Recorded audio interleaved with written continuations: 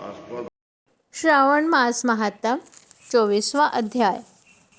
जय श्री कृष्णा भाइयों और बहनों, आज के इस वीडियो में श्रावण मास महात्म के 24वें अध्याय की कथा सुना रही हूँ, जिसमें कृष्ण अवतार तथा राजा महासेन की कथा आती है। तो चलिए वीडियो शुरू करते हैं। सनत कुमार को कथा सुनाते हुए भगवान श्री सदाशिव बोले, हे तात, पूर्व कल्प में दैत्यों के भार से अत्यंत दुखी होकर पृथ्वी श्री ब्रह्मा जी की शरण में गई थी। उसके मुखारविंद से दुख का वृत्तांत सुनकर श्री ब्रह्मा जी क्षीर सागर में गए और वहां जाकर भगवान श्री हरि की बहुत स्तुति करके उनको प्रसन्न किया।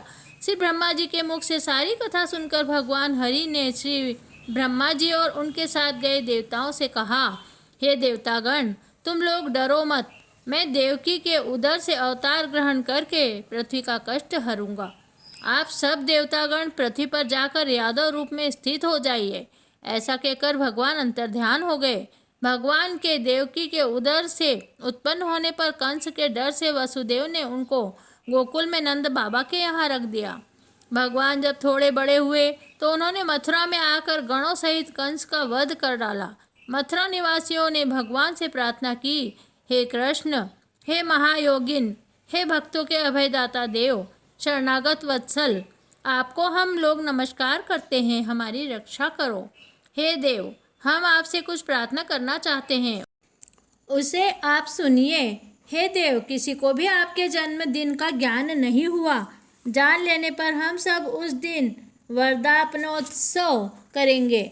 भगवान ने उन लोगों की भक्ति, श्रद्धा तथा अपने में आत्मीयता देखकर उन लोगों से जन्म दिवस पर होने वाले कार्य को कहा। उन्होंने सुनकर उसी विधान से व्रत किया। व्रत करने वालों को भगवान ने अनेक वर दिए।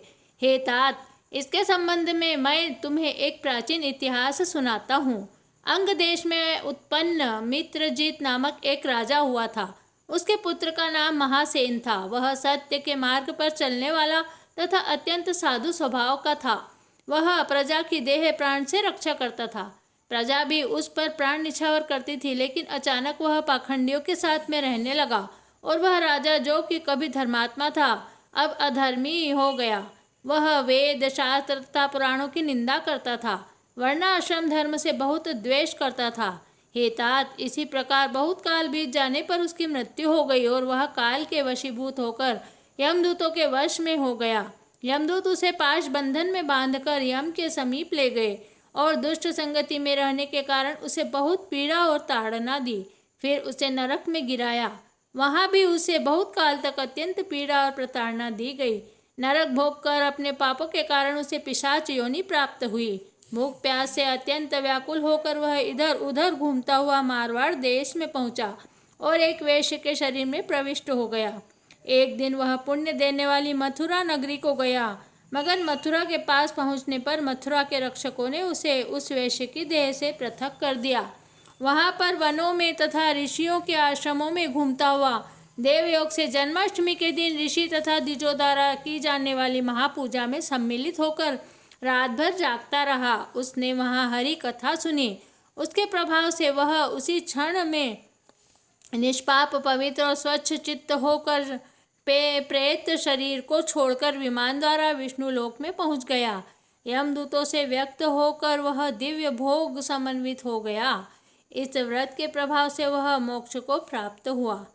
तत्वदर्शियों ने इस व्रत को सविधि करने को इसी से कहा है। यह व्रत सब इच्छाओं को पूर्ण करने वाला है। इसके करने से मनुष्य को सब अभिष्ट प्राप्त हो जाते हैं। जो मनुष्य इस तरह जन्माष्टमी का व्रत करता है, उसकी सभी कामनाएं पूर्ण हो जाती है। हे तात, वह बैकुंठ में देवमान से 1,00,000 वर्ष तक अनेक तरह के भोगों को भोग कर पुण्य शेष होने पर वहां आता है और वह इच्छा समृद्ध तथा सब अशुभ रहित राजवंश में उत्पन्न होता है।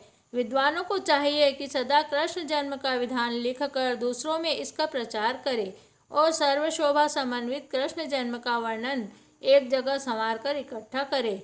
जिस जगह यह व्रत और उत्सव सहित श्री कृष्ण की पूजा होती है, वहां पर कभी भी पर चक्र का भय नहीं होता है। उस स्थान पर मेघ स्वेच्छा से वर्षा करता है।